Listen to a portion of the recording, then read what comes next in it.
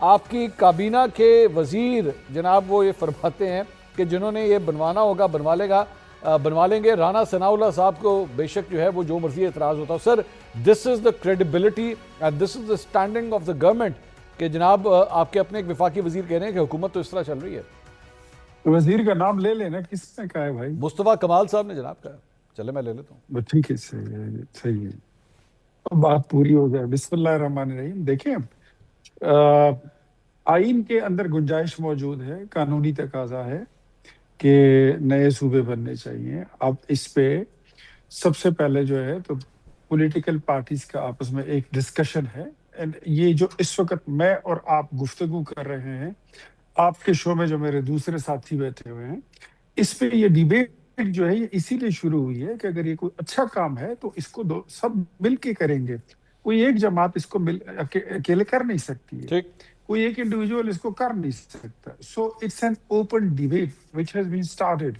تو اب سب لوگ اس پہ اپنی اپنی رائے دے رہے ہیں. کسی کی رائے بھی میں نہیں سمجھتا کہ جو کسی یہاں پر بیٹھ کر کوئی کہے کہ یہ میری جماعت کی رائے ہے. اس وقت ہر کوئی بندہ جو بول رہا ہے وہ پرسنل کیپیسٹی میں بول رہا ہے. مصطفیٰ کمال نے بھی اگر کوئی بات کی ہوگی وہ ان کی جماعت کی رائے شاید ہو نہ ہو, لیکن ان کی رائے ہو سکتی ہے. جو محسن نقوی صاحب نے کہا وہ ان کی جماعت کی رائے ہو نہ ہو, لیکن ان کی رائے ہو سکتی ہے. ان کی جماعت یہاں پر اس وقت بھی ہے جی صاحب, محسن نقوی صاحب کی کون سی جماعت ہے سر جنہوں نے ووٹ دیا ہے؟ جو آپ نے دیا ہے. مجھے یہ بتائیے فیصل واوڈا کو کس نے ووٹ دیا تھا؟ آپ لوگوں نے دیا تھا. فیصل واوڈا کو پاکستان پیپلز پارٹی نے ووٹ دیا تھا. نقوی صاحب کو کس نے دیا؟ اچھا ہم نے دیا. تو آپ کی پھر آپ کے بارے میں بتا رہے ہیں کہ جناب سسٹم کولیپس کر گیا نا, تو پھر آپ کا ہی وہ ریزلٹ کارڈ نکال رہے ہیں. اور ویسے واقعی ویسے اختیار صاحب چلیں آج آپ ویسے واقعی اختیار صاحب آپ نیشنل ٹیلی ویژن پہ بیٹھے ہیں, دل پہ ہاتھ رکھ کے ویسے بتائی دیجئے کون سی سیاسی جماعت ہے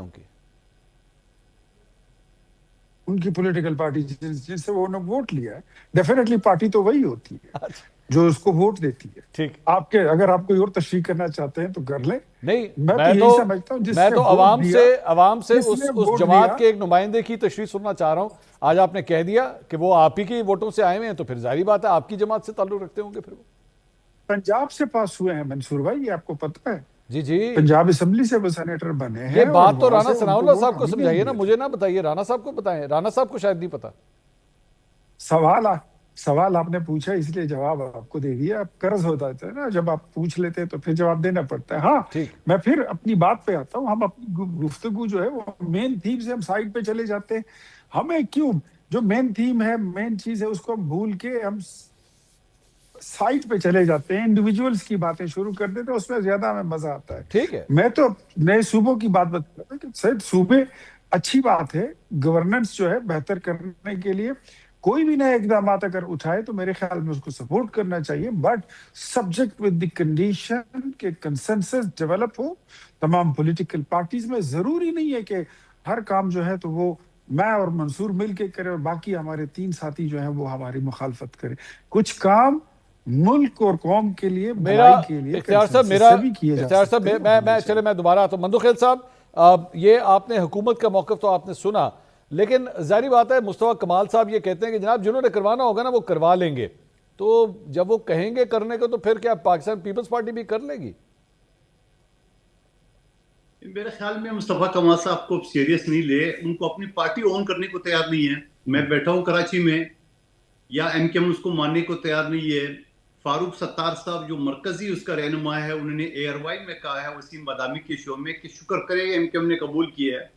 اور میرے خیال میں مصطفیٰ کمال صاحب کو شارٹ کٹ کی عادت پڑی ہوئی, اسی وجہ سے وہ رانا ثناء اللہ صاحب کی بات پہ اس طرح ریئیکٹ کر رہا ہے. تو میرے خیال میں وزیر اعظم صاحب کو دیکھنا چاہیے کہ ان کی کابینہ کے جو لوگ ہیں, Peoples Party, P T I, دوسری جماعتیں تو ان کو برا بلا کہیں گے, یا جو بھی ہمارا اعتراض ہو ہم کہیں گے.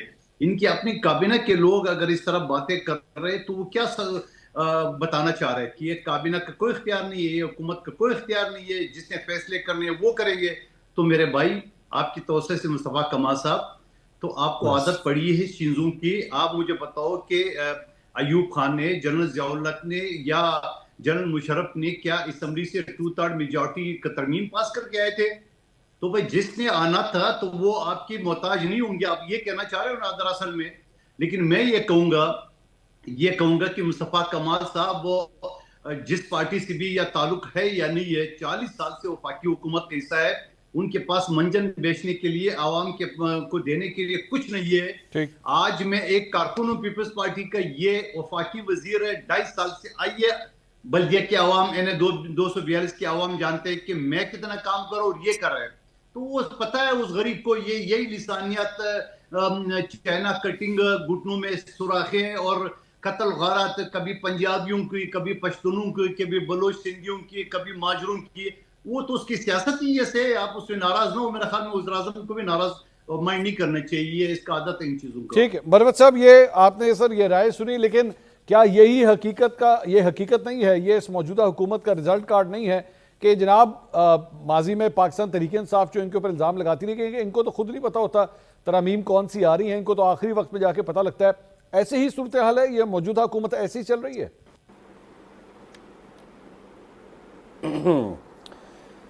بسم اللہ الرحمن الرحیم۔ منصور صاحب بہت شکریہ۔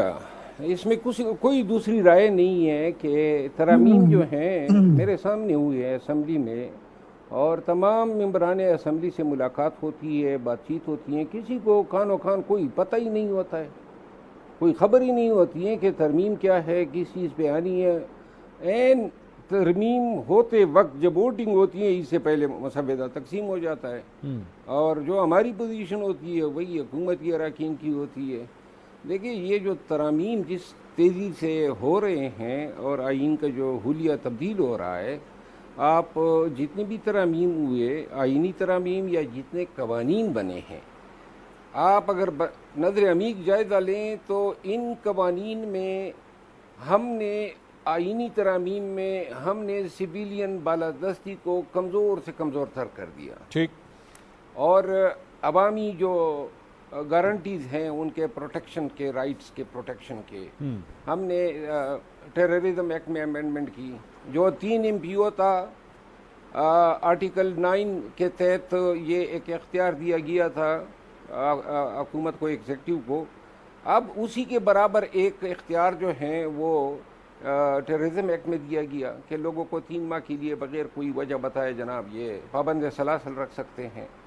پھر ہم نے اور یہ جو اسپیونیج ایکٹ ہیں، یہ جو جاسوسی کا قانون ہے، اس کو فردر ایکسٹینڈ کر دیا، لوگوں کے گھروں میں گھسنے کو ہم نے حلال کر دیا۔ تو لہذا یہی تو حقوق ہوتے ہیں باشندوں کے کسی ملک میں۔ اب جو ترامیم ہو رہی ہے، پہلے بھی جو ترامیم ہوئی، میری وزیر قانون صاحب سے بھی بحیثیت ایک وکیل گفتگو ہوئی کہ یہ ہم کیا کر رہے ہیں، کس طرف ہم اپنے پارلیمان کو، اپنے عوام کو لے جا رہے ہیں۔ لیکن ایک بات میں واضح طور پہ کہہ دوں، جب سے یہ اسمبلی بنی ہے ابھی تک ہم نے کوئی عوامی فلاح کا کوئی قانون نہیں بنایا ہے۔ ہم نے عدلیہ کو ٹھکانے لگا دیا، عدلیہ سے بالکل جو ہے قوم ہاتھ دھو بیٹھی ہے، اور آج کی عدلیہ میں، پہلے میں آپ کو ایک مثال دوں، آرٹیکل 199 جو فنڈامنٹل رائٹس کو ریگولیٹ کرتا ہے، گورن کرتا ہے، اس میں یہ ہوتا تھا کہ جب ہائی کورٹ کے ایک جج صاحب کے نوٹس میں آ جاتا کہ بدوران سماعت مقدمہ کوئی نئی بات ہو گئی تو وہ اس کا بھی نوٹس لے سکتا تھا۔ اب تو یہ 27ویں آئینی ترمیم کہہ رہی ہے کہ نہیں، جو مانگا ہے اس سے زیادہ نہیں دے سکتا ہے، نہ از خود کوئی نوٹس لے سکتا ہے، نہ کوئی اگر چیز مقدمے پہ انفلوئنس ہوئی ہیں تو وہ بھی اس حوالے سے، یعنی کہ ہم نے کانسٹیٹیوشنلی اپنے فنڈامنٹل رائٹس کو جو ہے